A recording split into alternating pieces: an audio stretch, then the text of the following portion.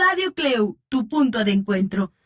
Amigos, ya estamos de regreso aquí en nuestro programa Se hace camino al andar y bueno, pues ya después de la introducción en donde pudimos percatarnos de que hoy vamos a hablar del lenguaje performativo, es un tema muy interesante, muy de tintes filosóficos, pero en realidad es muy interesante porque creo que hace falta conocer un poco de esto o mucho de esto porque realmente a veces dicen, bueno, pues son puras palabrerías. No estamos acostumbrados en México, pero hay muchas promesas de campaña que no se cumplen y quedan en palabrerías. Bueno, eso no sucede en México, en otras partes del mundo tal vez, pero vamos a hablar precisamente de esto porque estamos tan acostumbrados a que cuando nos referimos al lenguaje vienen a nuestra mente ideas como aquel significante y significado. ¿Te acuerdas ahí que nos enseñaban en la escuela? El significante es la imagen acústica. Si te dicen, no sé, micrófono, pues aquí la imagen acústica se va formando y eso se complementa con el significado, que es la imagen visual, y aquí en tu mente aparece el micrófono. Y todo esto es como parte de un lenguaje que surge a partir de la convención de utilizar ciertos símbolos para denominar algo, ¿no? Y entonces muchos estudios actuales en torno al lenguaje van a enfatizar las condiciones de producción y recepción del mensaje, ¿verdad? De los discursos, lo que significa haber cambiado el punto de mira para la comprensión de la estructura y funcionamiento del lenguaje. Aquí entonces empezamos con el punto de partida, vamos a visualizar cómo es que se producen y cómo se da la recepción de esos discursos que nosotros realizamos a través del lenguaje, que forma parte de este gran conjunto que es la comunicación y que es precisamente algo fundamental en la interacción social. Sí, amigo, fíjate que Ferdinand de Saussure nos habla acerca de cómo enfoca, él cómo logra enfocar la lengua como un sistema diferencial y abstracto de signos. Nos dice que dejando de lado esta manifestación concreta e individual de cada hablante, amigo, hace que se va a sobredimensionar el carácter articulado. Y esto es, que potencialmente hay un significado en el lenguaje, pero todo es por sobre la calidad de un proceso comunicativo.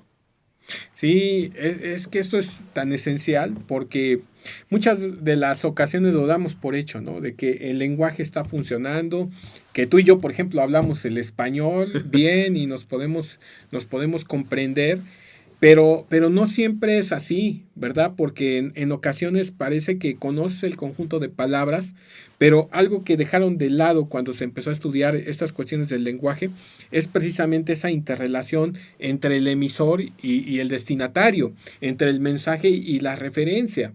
Porque en muchas ocasiones generamos un discurso sin conocer a bien al qué va a ser o quiénes van a ser los destinatarios del mensaje. Y eso, bueno, pues va a generar o generaba algunos problemas. Sí, así es, y es que nos habla acerca de cómo se desestima temporalmente y cómo la participación de ellos, de lo que tú estás hablando, en esta predicación, y es que se deja fuera todo, pues todos los factores que van a contribuir, que van a estructurar, amigo, esta dimensión pragmática, ya sea intencional y subjetiva, o bien semántica del discurso, y es que se va a dejar, amigo, de lado todo lo relativo al intercambio subjetivo. Y también a esta interacción conductual entre los interlocutores, lo que tú ya decías, y bueno, y también la relación del lenguaje, pues con el mundo, ¿no? Con sí, lo que resta. Y es algo complicado hablar de ello porque, bueno, tiene que ver mucho con los lingüistas. Ellos son expertos en esta cuestión, evidentemente, y nos lo podrían explicar mejor. Pero evidentemente, sin duda que es algo muy importante porque fíjate que a pesar de que, pues creo que todos conocemos, espero que así sea, los elementos de la comunicación, el emisor, el receptor, el mensaje, la retroalimentación o feedback, Pero bueno, ¿cómo darle validez? ¿Cómo darle validez precisamente cognoscitiva y comunicativa al lenguaje? Y ese es un punto que se empiezan a cuestionar los filósofos de Viena. Entre ellos vamos a ver a Stirler, que nos empieza a hablar de una cuestión diferente en torno al mensaje. Pero estos filósofos de Viena y también los filósofos de Oxford, como Paul Gritz, nos dicen que debemos intentar buscar precisamente las condiciones de validez cognoscitiva y comunicativa del lenguaje, ¿no? Hay que hacer un cambio en simplemente, como hemos visto, pues hay un emisor, un receptor, un mensaje. Pero ¿cómo se interrelacionan estos elementos y cómo se le da validez tanto cognoscitiva como comunicativa al lenguaje? Claro, y es que fíjate que también aquí a la filosofía del lenguaje le va a interesar proporcionar, bueno, todas estas descripciones filosóficas que son de alguna manera, que iluminan de ciertas características generales, amigo, que va a corresponder pues a todo el lenguaje que vamos a utilizar. Y bueno, como por ejemplo son la referencia, la predicación y la fuerza, nos habla de esto. Y es que aquí nos habla también acerca de la referencia de la predicación y la fuerza, decíamos, pero algo que se llama ilocucionaria. Y bueno, esto se va a traducir como ya sea ilocutoria o ilocutiva. Y todas ellas van a constituir el acto ilocucionario, que es completo y que se va a expresar en el habla.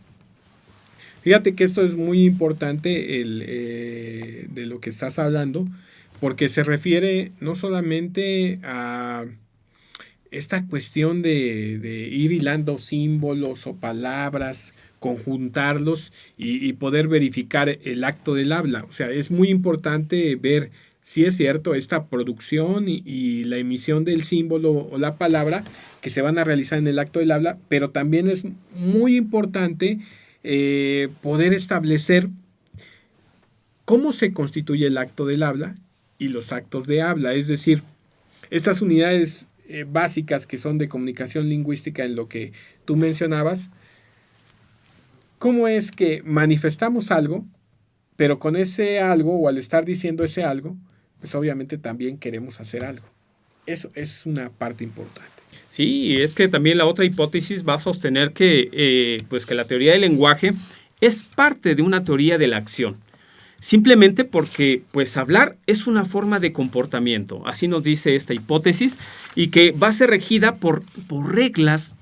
Y es que la estructura de un lenguaje es la realización convencional de un conjunto de reglas constitutivas que van a ser subyacentes, es decir, las que proporcionan las bases para las especificaciones de la conducta y crean otras nuevas que, bueno, aquí menciona este lenguaje que funciona como en un juego y lo marca como el ejemplo del ajedrez, amigo. Y es que aquí, bueno, va a haber reglas, pero no solo estas reglas van a decir cómo jugar este juego del ajedrez, sino que crean esta posibilidad misma de jugarlo, amigo. Por eso, bueno, pues estos indicadores lingüísticos van a adquirir su significación al tener en cuenta, bueno, pues el lugar o bien la circunstancia del juego que los va a contener.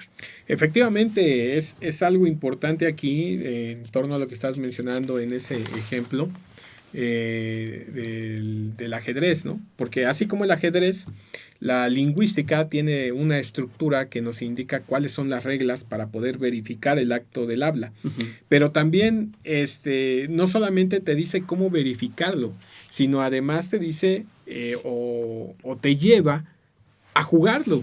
Entonces, el acto del habla es importante y toda la estructura que hay detrás de él para poder formar una oración. Pero también es muy importante visualizar que obviamente te están diciendo cómo manifestar lo que quieres, pero si vas a decir algo es porque también lo vas a hacer. Y ese es el ejemplo del ajedrez, ¿no? O sea, en el ajedrez hay reglas que te dicen cómo jugarlo, pero además te dan la posibilidad de que lo juegues Claro. o de que juegues. Claro, Y claro. también eso, el acto del habla, bueno, pues toda la estructura lingüística te da la posibilidad de armar un conjunto de palabras, un discurso, pero que también puedas hacer lo que dices en ese discurso. Es correcto, amigo, porque fíjate que hablar de la circunstancia, nos hablan en el ejemplo del ajedrez, bueno, pues ya te dicen cuáles son las reglas, pero más bien no te dicen cómo van a ser las jugadas, ¿no? Las jugadas, bueno, pues van a salir en cada circunstancia, ¿no? Y es que se van a derivar de esas reglas. De esas reglas, es Claro. correcto. O sea, tú vas a analizar las reglas primero, bueno, ya sabes cómo está la estructura, y eso te posibilita para armar las reglas, que si vas a hacer un enroque, que si ya lo tienes rodeado y que tienes que expresarle primero jaque antes de darle el jaque mate, y son reglas que te van posibilitando lo que vas a actuar ya en la realidad, ¿no? Y entonces aquí vemos al lenguaje como la acción de un emisor de esta parte del lenguaje performativo que precisamente nos indica algo. Decir algo es hacer algo. Así explicado en términos muy sencillos. Un lingüista ahorita me podría regañar. Pero expresado así en términos sencillos, y además porque nos vamos a ir a nuestro siguiente corte para no dejar la idea ahí inconclusa, porque vamos a hablar de uno de los autores más reconocidos en esta parte del lenguaje performativo. Y les recuerdo nuestras redes sociales: en Facebook Radio CLEU, nuestra página cleu.edu.mx/radio, CLEU Universidad en Instagram, y nuestro canal de YouTube Radio CLEU, donde ya van a encontrar La Huella en el Tiempo, Se hace camino al andar, Seguridad Ciudadana, Escudriñando la Criminología y la Criminalística, y muy pronto los programas CLEU Proyecta tu Voz y Cuestión CLEU. Por favor, denles like ahí, un comentario, retroalimenten el programa, díganos de qué quieren que hablemos aquí en Radio CLEU. Y para retroalimentar este programa, amigo, también tenemos nuestra línea en cabina 2226-6249-46. Estamos haciendo Camino al Andar. Vamos a una pausa y regresamos. Radio CLEU, tu punto de encuentro.